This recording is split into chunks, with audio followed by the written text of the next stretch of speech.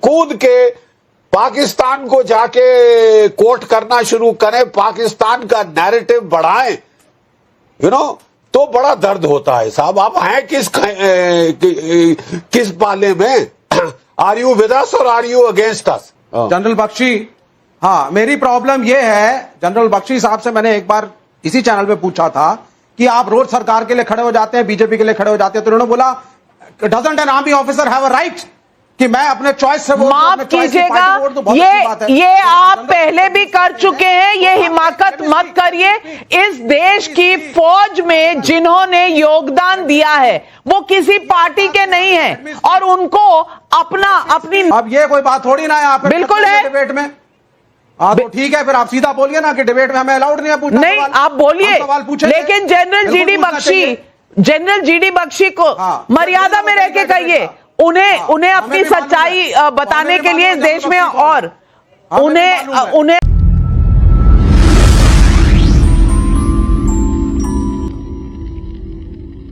अब जीडी बख्शी जी, मैं आपसे पूछना चाहती हूं, इस मर्ज की दवा है क्या?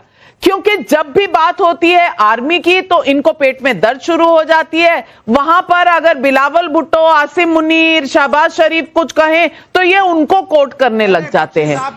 ये मर्ज है क्या जो बीजेपी के विरोधी पार्टियों को हुआ है?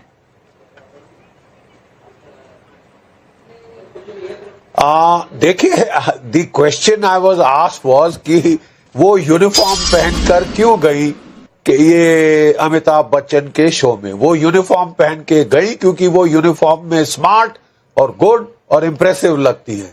उनसे वहां पे केबीसी जैसे बड़े पॉपुलर शो में जाने से फौज की पीआर होती है, सशस्त्र सेनाओं की पीआर होती है, और वो गई ऑपरेशन सिंदूर के मामले में, जिससे कम से कम हमारी शौर्य गाथा बच्चों तक पहुंचे, लोगों तक पहुंचे। I think that's a very good thing. What's wrong with it? कूद के पाकिस्तान को जाके कोट करना शुरू करें, पाकिस्तान का नैरेटिव बढ़ाएं, तो बड़ा दर्द होता है साहब। आप हैं किस पाले में? Are you with us or are you against us? Very simple. और आपको इतनी कष्ट है अपने हिंदुस्तानी पासपोर्ट से, तो give it up, damn it. जाइए पाकिस्तान में, जितनी मर्जी वाह करनी है पाकिस्तान की एयरफोर्स की, फिजाया की, वहां जाके करिए ना साहब, यहां से मत करिए। क्या विवेक श्रीवास्तव, आपका प्रॉब्लम क्या है? कोने से सुनिए जनरल बख्शी, हाँ, मेरी प्रॉब्लम यह है, जनरल बख्शी साहब से मैंने एक बार इसी चैनल पे पूछा था कि आप रोज सरकार के लिए खड़े हो जाते हैं, बीजेपी के लिए खड़े हो जाते हैं, तो उन्होंने बोला doesn't an army officer have a right कि मैं अपने चॉइस से माफ कीजिएगा, ये आप पहले भी कर चुके हैं, ये हिमाकत मत करिए। इस देश की फौज में जिन्होंने योगदान दिया है वो किसी पार्टी के नहीं है और उनको अपनी नस काट के आपको दिखाने की जरूरत नहीं है। मेजर जनरल बख्शी इस देश के फौजी हैं और हम सब उन्हें सैल्यूट करते हैं, और उन्हें इस बात पर कोई क्लैरिफिकेशन देने की जरूरत नहीं है कि वो अगर आर्मी के लिए बोलते हैं, आर्म फोर्सेस के लिए बोलते हैं, तो वो किस पार्टी से है। ये सवाल पूछना आपका हिमाकत है, ये सवाल पूछना आपकी मंशा दिखाता है। मैं 20 सेकंड बोलना चाहूंगा, नहीं, क्या बोलना चाहेंगे? 20 सेकंड बोलना चाहूंगा। जनरल जीडी बख्शी से आप कोई राजनीतिक सवाल नहीं पूछेंगे। मैं दीवार बनकर बीच में खड़ी हूं। अब ये कोई बात थोड़ी ना है, आप बिल्कुल है डिबेट में।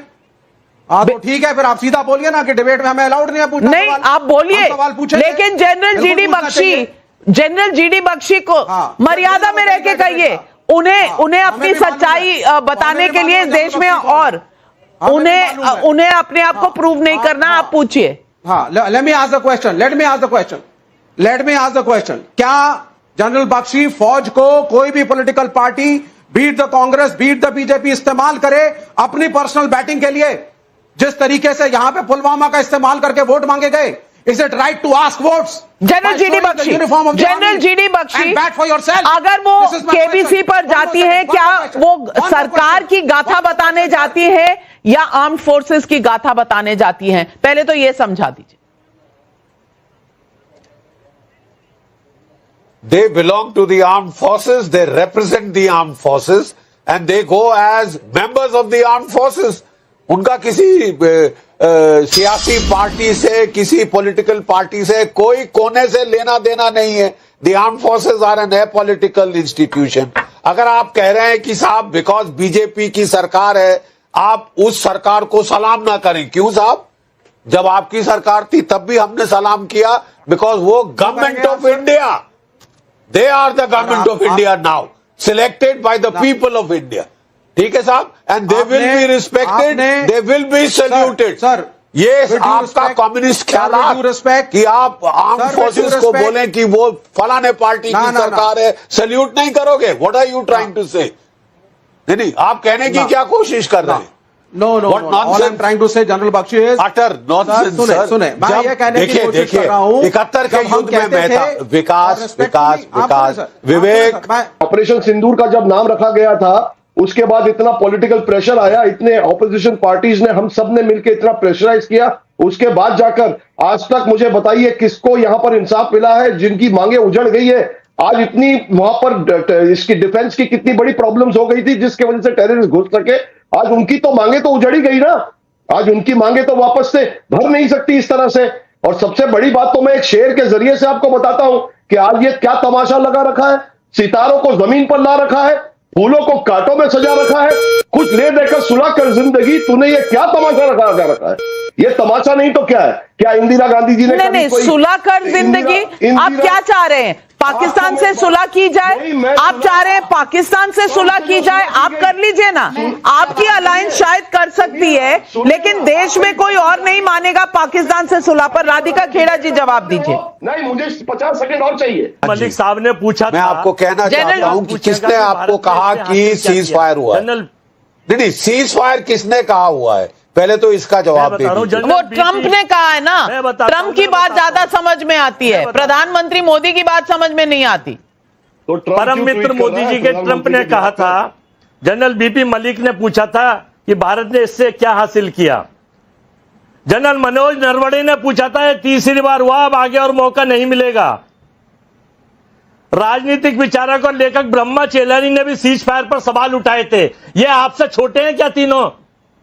ये तीनों आपसे बड़े पद पर थे और इन तीनों से देश की प्रधानमंत्री और देश की सरकार से सवाल पूछा. और ये आपसे भी पूछ रहे हैं. आप हमारे वृद्ध हैं, बुजुर्ग हैं, आर्मी को सलूट था, है, रहेगा. लेकिन बताइए कि आप इस तरह से क्यों छिप रहे हैं सरकार को? ट्रंप चूंकि इनके परम मित्र हैं. चाइना बिना एजेंडे के, बिन बुलाए दुश्मन कंट्री मोदी साहब चले गए. अभी वैसे तो चाइना की फुलझड़ी फूकेंगे, चाइना के खिलाफ बोलेंगे. हम बोलेंगे तो हम देशद्रोही हो जाएंगे, खुद चले जाएंगे. नहीं, आप कहां चाइना के खिलाफ बोलते हैं? आप कहां चाइना के खिलाफ बोलते हैं? आप तो एमओयू साइन करते हैं और देश को बताते नहीं है. नहीं, एमओयू तो आरएसएस को किया था.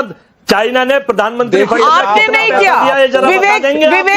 विवेक जी बड़े खुश हो रहे हैं. वो जानते हैं एमओयू हुआ था और वो खुश भी हैं क्योंकि वो तो चाइना की पार्टी है ना. नहीं, आप सुनिए. नहीं, चाइना की पार्टी नहीं है. लेकिन आप ये बताइए, यही जनरल बख्शी साहब बैठे हैं और कहते, जब मैं कहता था let's talk to China also, तो सब कह देते थे you are acting like a Chinese agent. Today prime minister is going, उनका विदेश मंत्री यहां आ रहा है. जनरल बख्शी कहेंगे मेरे साथ अब हिंदी चीनी भाई अमेरिका के खिलाफ. अब ट्रंप अपना नहीं रहा. General Bakshi no longer with India. और जा रही है मेरी सरकार चीन. देखिए, वो चीन जिसको आप कहते थे नया भारत है, खत्म कर देंगे हम. आज जा रहे हैं मैत्री के लिए. हाँ, वन सेकेंड जी, 1 मिनट सुन लीजिए. Okay, good point. मैं आपको कह रहा हूं, जी sir, there are no permanent friends, there are only permanent national interest. जो मेरे देश के हितों को सूट करेगा हम वो करेंगे, उसको हम सपोर्ट करेंगे. अगर अमेरिका हमारे सर पे चढ़ रहा है, उसको उतारने के लिए अगर चीन के पास जाना पड़े, जापान के पास जाना पड़े, हम जाएंगे. क्यों नहीं जाएंगे? ठीक है साहब, हम भी फिर दिखा देंगे अमेरिका को. अगर वो हिकड़ी दिखा रहा है, वो हम पे 50% वो लगा रहा है अच्छी तो बात हम है तो सर, इसकी मैं वाहवाही endorse करता हूं करेंगे, आपकी बात भाड़ को। में जाए। दुनिया बदल में गई है जाए। We are Vivek not the Srivastava ji, 51st आप कह रहे हैं state of are you the not a Chinese agent. आजकल तो लोग कह रहे हैं कि आप पाकिस्तान और अमेरिका के एजेंट हो गए हैं। अब ये आप अपने कॉन्शियंस से तय कर लीजिए कि आपको रहना किस तरफ है। राधिका खेड़ा जी।